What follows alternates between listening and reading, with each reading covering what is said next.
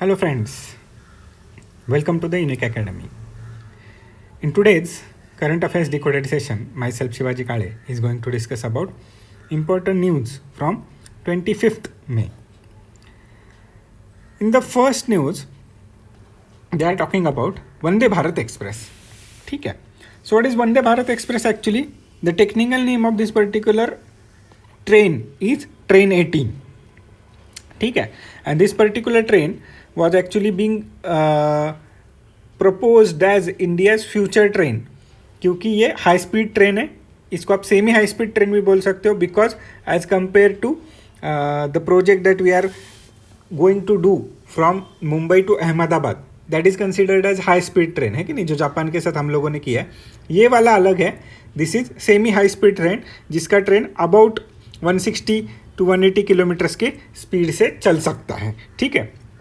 The start difference between this particular train is that as compare to bullet train. ठीक है. तो जैसे हम लोग कैसे पढ़ रहे हैं, देखो इसको कंपैरिजन में पढ़ रहे हैं. ट्रेन 18, ठीक है, विथ रिस्पेक्ट टू से बुलेट ट्रेन, है कि नहीं.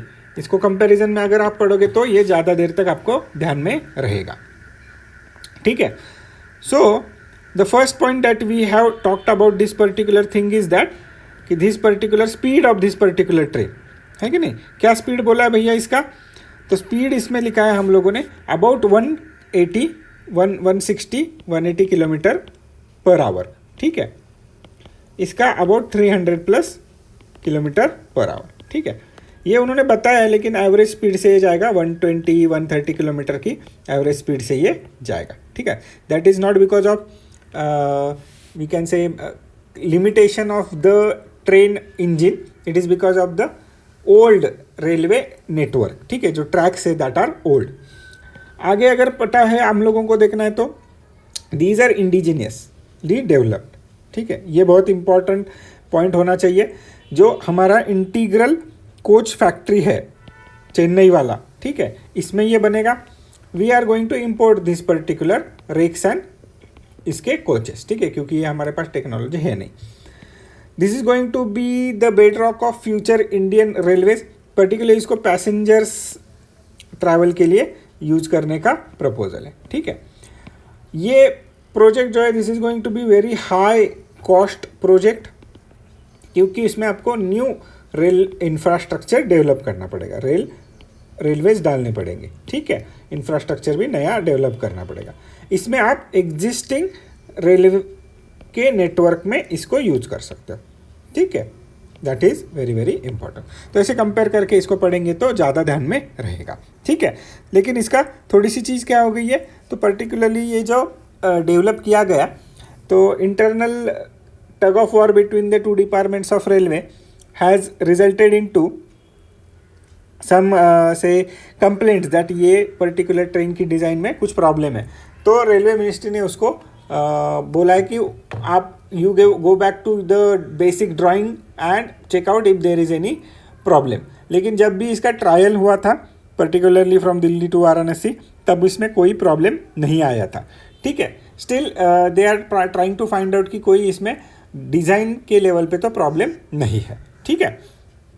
बट इस कारण से क्या हो गया, जो अबाउट 720 रैक्स उसके बनाने के लिए ऑर्डर देना था, उसका टेंडर पास नहीं हुआ. And because of that particular problem lockdown से वो और एक्सटेंड हो गया. तो जो डेडलाइन हम लोगों को फॉलो करना था, that deadline is very difficult to follow even after prime minister has flagged off one of its train from Delhi to Varanasi. ठीक है. तो जल्दी करना चाहिए. Very very important. प्रीलिम के एंगल से पूछ सकते हैं हम लोगों को. रेलवेज रिफॉर्म्स में हम लोगों को मेंस के एंगल से ये पूछा जा सकता है. प्रीलिम में ये बहुत इंपॉर्टेंट है, मेंस में ये पॉइंट आपको लिखना पड़ेगा. ठीक है. आगे जाते हैं. देखो किसकी बात हो रही है यहाँ पे.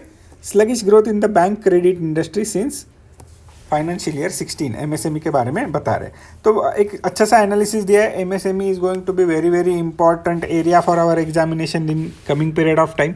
तो उसमें हम लोगों ने देखा कि रिसेंटली उन्होंने आत्मनिर्भर भारत अभियान में 3 लाख करोड़ रुपीज़ का उनको एक स्टिमुलस पैकेज डिक्लेयर किया है. ठीक है. तो this is not actually the first time that MSME is on the radar of government to pump it up. ठीक है। अगर आप देखोगे तो प्रीवियसली भी उसके लिए उन्होंने कुछ स्कीम्स शुरू किए थे, ठीक है। अगर आपको याद होगा तो मुद्रा योजना के बारे में आपको पता होगा, ठीक है, जिसमें उन्होंने 3 डिफरेंट टाइप के लोन्स देने के लिए बात की थी, है कि नहीं, शिशु, किशोर एंड तरुण, ठीक है। तो अप टू 10 लाख रुपीज़ यहाँ पे पर्टिकुलरली माइक्रो यूनिट्स को देने के लिए, and also focusing upon the vulnerable sections of the society, है कि नहीं, particularly woman, SC and ST को देने के लिए उस पर ऊपर फोकस किया गया था, ठीक है। After that particular thing recently budget में उन्होंने 59 मिनट्स लोन की भी बारे में बात की थी कि आप सिर्फ लोन के लिए अप्लाई करो, आपका लोन 59 मिनट्स के अंदर अंदर क्या हो जाएगा, पास हो जाएगा। So this is to showcase the government's positive attitude towards the small and micro industries, ठीक है। और इसको एक्सटेंड किया गया है 3rd, आप बताओ, आत्मनिर्भर भारत में इसको एक्सटेंड किया गया है 3 लाख करोड़ रुपीज़ का, हम बोल सकते हैं यहाँ पे क्रेडिट रिस्क गारंटी गवर्नमेंट की तरफ से दी जाएगी। सो ये तीनों चीज़ें तो की है, लेकिन एनालिसिस क्या बोलता है कि 2016 के फाइनेंशियल ईयर तक अगर हम लोग कैलकुलेट करेंगे तो इंडिया में बहुत कम पैसा MSME के लिए यूज किया गया है, जिसको हम लोग बोल सकते हैं कि MSME हैज़ ग्रीव मार्जिनली, ठीक है। यहाँ पे देखो उन्होंने ये डेटा यहाँ पे दिया है, क्या डेटा दिया है, देखो यहाँ पे कि bank credit outstanding in the recent period of time has grown to this particular limit, only this much, 1,75,000 crore, ऐसे आप बता सकते हो। लेकिन अगर आप कंपेयर करोगे इस पर्टिकुलर पीरियड को उसके पहले 4 साल वाले पीरियड को 2012 टू 2016 में, इन दैट पर्टिकुलर पीरियड बहुत ज़्यादा अबाउट 8 लाख करोड़ रुपीज़ का इन्वेस्टमेंट क्रेडिट MSME में दिया गया है, तो लोन्स MSME को दिए गए हैं। तो पॉइंट यहाँ पे बताना है कि physical policies are not only sufficient to make sure that money will be available, credit will be available too, और credit will be disperse to any particular film. That is the challenge physical policy with respect to monetary policy always exist, ठीक है। आगे जाते हैं। Now this is a very important news in recent period of time for our examination purpose. 2 दिन पहले भी ये ऐसा एक न्यूज़ आया था। उस 2 दिन पहले वाले न्यूज़ में उन्होंने बोला था कि पर्टिकुलरली जॉब सीकर्स के जो मतलब रिज्यूमे अपलोड किए जाते हैं on some of the websites on the internet, वहाँ से डेटा लीक हो गया एंड डार्क नेट पे वो डेटा फ्रीली अवेलेबल था। अभी रिसेंटली आज की न्यूज़ में क्या आया है, तो अबाउट 18 मिलियन इंडियंस का डेटा, उसके साथ साथ 2000 आधार कार्ड्स का डेटा। आधार कार्ड का डेटा तो वेरी वेरी इंपॉर्टेंट आर्ग्यूमेंट है इस पर्टिकुलर न्यूज़ में, क्योंकि it is being protected by a law, ठीक है। गवर्नमेंट उसको प्रोटेक्ट करने के लिए अपने खुद के सर्वर से सिक्योरिटी सिस्टम लगाया है। एंड आधार का डेटा मतलब आपकी बहुत सारी इन्फॉर्मेशन, डेमोग्राफिक इन्फॉर्मेशन, जैसे कि आपके नाम, एड्रेस, डेट ऑफ बर्थ, उसके बाद में आपकी बायोमेट्रिक इन्फॉर्मेशन, फॉर एग्जांपल आपका रेटिना स्कैन और आपका फिंगरप्रिंट का स्कैन, ये सारा इन्फॉर्मेशन आधार का उसमें सेव होता है। अगर ये इन्फॉर्मेशन किसी डार्क नेट पे या किसी भी वेबसाइट पे ओपन हो जाता है तो it is very very serious issue of privacy, ठीक है। लेकिन ये हुआ है तो डार्क नेट, ये जो वर्ड हम लोग यहाँ पे कंटिन्यूसली यूज़ कर रहे हैं, तो ये क्या होता है ये थोड़ा सा समझ लेते हैं। उसके पहले एक कंसेप्ट समझेंगे, सरफेस वेब, ठीक है। तो सरफेस में मतलब सिंपल जो भी वेबसाइट्स या इंटरनेट वाला डेटा आपको इजीली एक्सेसिबल है थ्रू द सर्च इंजन्स, ठीक है। तो फॉर एग्जांपल अगर आपको हमारा वीडियो देखना है तो आप सिंपली सर्च कर देते हो करंट अफेयर्स डिकोडेड यूट्यूब, ठीक है, और आपको बहुत सारी वेबसाइट्स आपके सामने खुलती है। आप जिसे भी सर्च इंजन में जाओगे, गूगल में जाओ, यूट्यूब में जाओ, बिंग में जाओ, बहुत सारे सर्च इंजन है, ठीक है। तो उसमें आपको ये वाला इन्फॉर्मेशन दिखता है, बिकॉज हम लोगों ने जो भी इन्फॉर्मेशन डाला है we have indexed that particular information to the search engine, ठीक है। तो हम लोगों ने हमारा जो इन्फॉर्मेशन है, ये करंट अफेयर्स डिकोडेड का यूट्यूब वाला जो वीडियो, क्योंकि यूट्यूब ही फ्री मतलब सरफेस वेब है, डार्क वेब नहीं है, सरफेस वेब है, तो जो भी यूट्यूब पे हम लोग कंटेंट डालेंगे वो कंटेंट आपको सर्चेबल होगा, वो कंटेंट आप इजीली देख सकते हो। लेकिन डार्क वेब क्या होता है या डीप वेब क्या होता है? जो इंडेक्स नहीं किया गया है किसी भी सर्च इंजन के पास। तो अगर आप कितना भी सर्च करोगे तो वो आपको नहीं मिलेगी इन्फॉर्मेशन, ठीक है। तो उसके लिए क्या करना पड़ेगा? तो एक्चुअली उस पर्टिकुलर वेबसाइट का नाम आपको एग्जैक्टली पता होना चाहिए। वो अगर आप टाइप करोगे बिना गलती किए, that is the only case you can open that particular website. उसको भी बहुत ज़्यादा डीप रखने के लिए some of the internet experts are doing that only particular web browser can access that particular से वेबसाइट, ठीक है। तो अगर आप क्रोम में यूज करना चाहते हो, आप इंटरनेट एक्सप्लोरर से उस पर्टिकुलर साइट को यूज करोगे, सर्च करोगे या टाइप करोगे तो वो नहीं दिखेगा, किसी और पर्टिकुलर ब्राउज़र है फॉर एग्जांपल, उसी से वो ओपन होगा। और भी कुछ चीज़ें इसमें की जाती है डीप वेब में कि आपको वेबसाइट का नाम पता है, लेकिन जैसे ही आप वेबसाइट पे जाते हो आपको पासवर्ड पूछा जाएगा, ठीक है। तो only those people who know that password can go into that website and find out the information। तो आप सोच रहे होंगे कि इतना डीप इंफॉर्मेशन स्टोर करने की क्या ज़रूरत है, ठीक है, डीप वेब पे इंफॉर्मेशन क्यों होना चाहिए, या डार्क नेट जो वर्ड हम लोग यहाँ पे यूज करें। तो डार्क नेट मतलब क्या है? जो भी वेबसाइट डीप वेब में होता है उसको डार्क नेट बोला जाता है।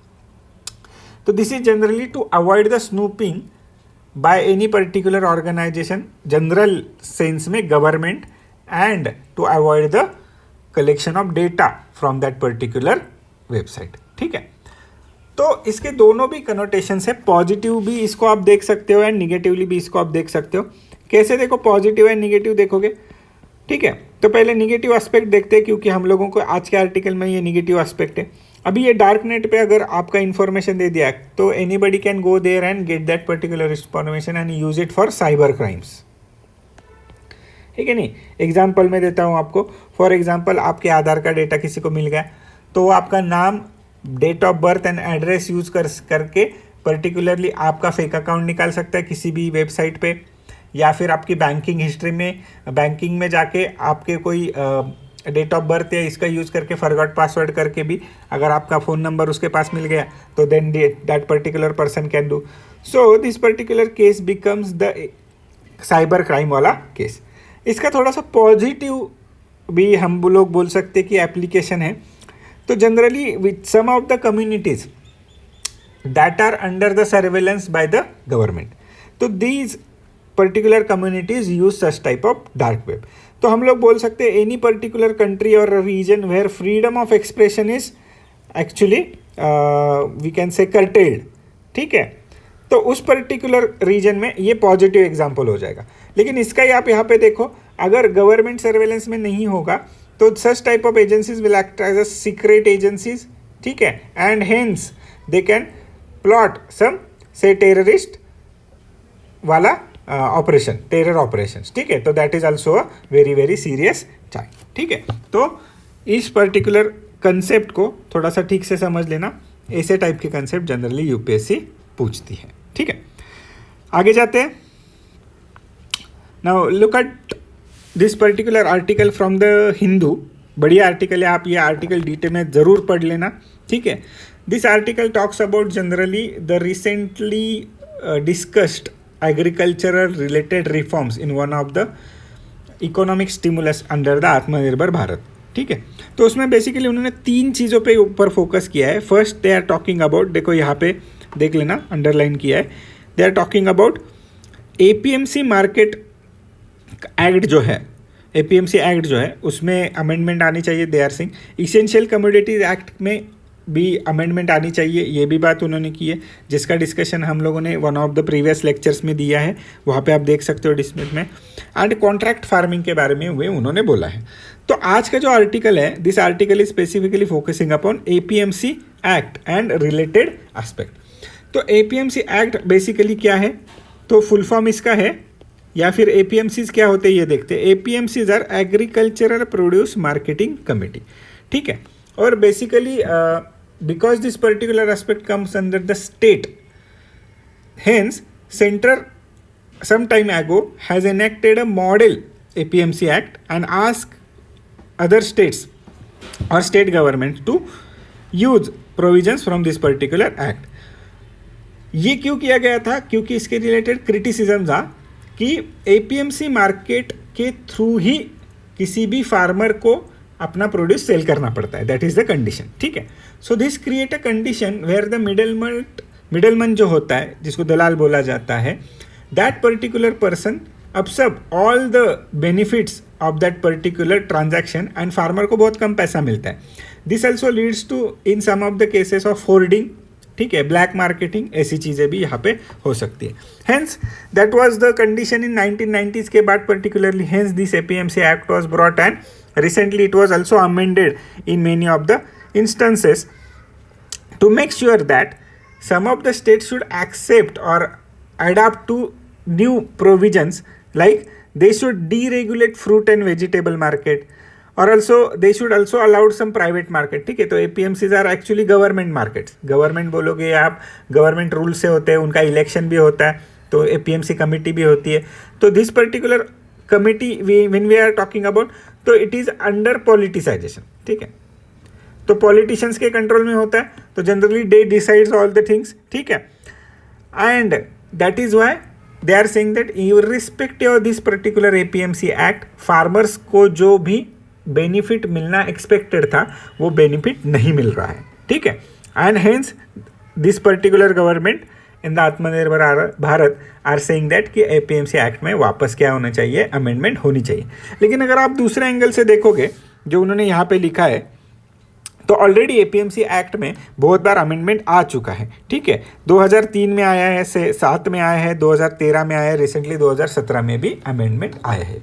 तो this particular author is of the opinion that just making amendments into the statute is not going to be a sufficient measure to ensure the welfare of the farmers.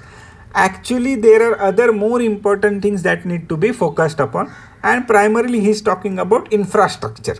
ठीक है, then it may be APMC का infrastructure or any other infrastructure including logistics and other type of related agricultural thing. ठीक है, and hence they are saying that more focus should be on it. तो actually Atmanirbhar Bharat में अगर आप देखोगे तो 1 lakh crore rupees का उन्होंने इंफ्रास्ट्रक्चर के ऊपर ही फोकस किया है, but according to this particular author that is not sufficient. More things need to be done for ensuring it. And इस आर्टिकल में नहीं मेंशन किया है उन्होंने, लेकिन हम लोगों को याद होना चाहिए, अगर क्वेश्चन आएगा तो हम लोग इसको पक्का लिखेंगे. डबलिंग द फार्मर्स इनकम, ठीक है, is actually an objective of our government. ठीक है, तो ये कब तक है, ये थोड़ा सा होमवर्क के लिए देख लेना. डबलिंग्स फार्मर इनकम क्या है, ये किसके लिए कोई स्कीम है क्या, इसका कोई टारगेट रखा है क्या, क्या फार्मर का इनकम है, क्या फार्मर का इनकम होना चाहिए. ठीक है, and is it a part of India's 5 trillion campaign. ठीक है, जो हम लोगों ने कैंपेन या बोलो या जो भी ऑब्जेक्टिव हम लोगों ने रखा है कि 5 ट्रिलियन इकोनॉमी बनेगी इंडिया, तो उसमें ये इसका प्रोपोर्शन कितना है, ये थोड़ा सा आप होमवर्क के लिए देख के रखना. ठीक है, ऑल राइट. तो देखो भैया, आज का डिस्कशन तो हो गया. अभी शुरू करते हैं हमारा एक पसंदीदा चीज़ जो हम लोग हर रोज कर रहे हैं, MCQ मास्टर. ठीक है, क्या है ये MCQ मास्टर? तो जो भी प्रीवियस लेक्चर हुए हैं रिसेंट टाइम्स में, इसमें जो जो चीज़ें हम लोगों ने डिस्कस की उसके ऊपर क्वेश्चन बनाएंगे प्रीलिम के एस्पेक्ट से. इसको आप सॉल्व करने की कोशिश करो, फिर इसको डिस्कस भी करेंगे. ठीक है, तो ये 2 क्वेश्चन है, वीडियो पॉज करो, इसका आंसर इमेजिन करो, फिर हम लोग इसका आंसर देखते. ऑल राइट, देखो फर्स्ट क्वेश्चन क्या है. ये question, this question talks about particularly the aspect of monetary policy. ठीक है, और उसमें देखो 4 स्टेटमेंट दिए, क्या क्या बताया. Repo rate and reverse repo rate changes impact the inflation and cost of. ठीक है, ये सही है. ठीक है, ये क्या बोला, repo and reverse repo rate are decided by the central board of RBI. नहीं, ये गलत है, ये गलत है. ये कौन करता है, मॉनिटरी पॉलिसी कमेटी. ठीक है, जिसमें RBI plus ministry of finance के लोग होते हैं. ठीक है, तो ये स्टेटमेंट गलत हो गया, तो सेकंड गलत है. अभी देखते हैं, देखो अगर सेकंड गलत है तो ये मैंने निकाल दिया, तो my answer will be B. ठीक है, तो this is how I am using elimination technique to come to my answer. Second question देखते हैं, देखो consider the following statement regarding cryptocurrency. किसके ऊपर क्वेश्चन पूछा है, देखो भैया क्रिप्टो करेंसी के ऊपर, है कि नहीं। तो क्या है ये, crypto currencies are highly secure digital currencies है, that's why this called as crypto currency. सही है। देखो उसके बाद में crypto currencies are based on distributed ledger technology, ये भी सही है, यही टेक्नोलॉजी यूज होता है। Third, crypto currency generally backed by the country central bank and hence centralise, नहीं ये नहीं है, यही हम लोगों ने पूछा था। इवन आरबीआई का एक रिपोर्ट भी आया था एंड बहुत सारी कंट्रीज के सेंट्रल बैंक ने इसको अलाउड नहीं किया है, that's why this is a wrong statement. Hints the answer of this particular question is a. Okay, आगे जाते हैं।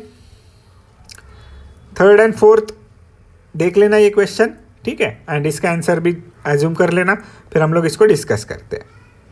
देखो क्या है थर्ड स्टेटमेंट क्वेश्चन, जो रिसेंटली हम लोगों ने पढ़ा, दिस पर्टिकुलर लोकस्टस स्वार्म, ठीक है, डेजस लोकस्टस स्वार्म आया इंडिया के गुजरात एंड राजस्थान के यहाँ पे एमपी तक आ गया है। फॉरेस्ट पर्टिकुलरली हमारा जो एग्रीकल्चरल प्रोड्यूस है उसको खराब कर रहे हैं, तो इसी के ऊपर क्वेश्चन बनाया। देखो दी स्वार्म्स आरिडा and similar pose a serious threat, ठीक है। तो अगर आपको याद होगा तो एक मैप भी दिखाया था मैंने आपको कि यह अफ्रीकन रीजन से यहाँ पे सऊदी अरेबिया से, ईरान से, पाकिस्तान से इंडिया आ गया है ये, ठीक है।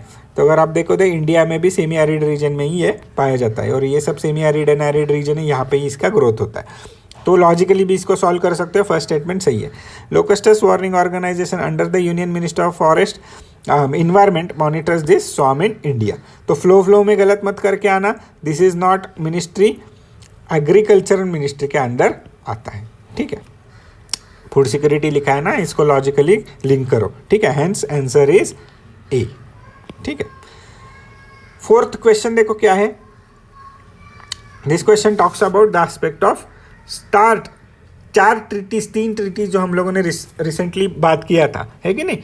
तो ये न्यू स्टार्ट ट्रीटी के बारे में बोल रहे, क्या बोला है देखो यहाँ पे, न्यू स्टार्ट ट्रीटी में रशिया एंड यूएसए के बीच में साइन हुआ था, सही है। स्ट्रैटेजिक वेपन्स के बारे में, मिसाइल्स एंड लॉन्चर के बारे में बात करता है, ये सही है।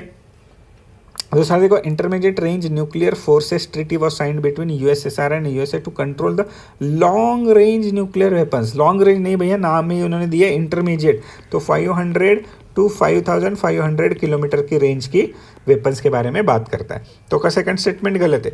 देखते हैं, एलिमिनेशन टेक्निक यूज करते हैं, ये गया, फिर भी 2 बचे हैं, तो हम लोगों को अभी पता होना चाहिए फोर्थ क्या है। फोर्थ देखो, ओपन स्काईज ट्रीटी यहाँ पे दिया, open skies treaty is signed between Russia and USA only बोला है, ये गलत है। अबाउट 35 मेंबर्स है उस पर्टिकुलर ट्रीटी के, है कि नहीं। तो ये स्टेटमेंट भी गलत हो गया, तो ये निकाल दिया, तो answer becomes this particular C, ठीक है। तो देखो भैया, एमसीक्यू मास्टर में बहुत सारे क्वेश्चंस हम लोग प्रैक्टिस करते on our this particular Telegram channel. तो यहाँ पे आओ आपको यहाँ पे बहुत सारे क्वेश्चंस एंड रिलेटेड यूपीएससी का मटेरियल आपको करंट अफेयर्स के रिलेटेड मिलता रहेगा, ठीक है। So that is all from my side today in this particular current affairs decoded session. Myself Shivaji Kale signing off. Thank you. Subscribe to Shivaji Kale Current Affairs YouTube channel and hit the bell icon to get the latest updates.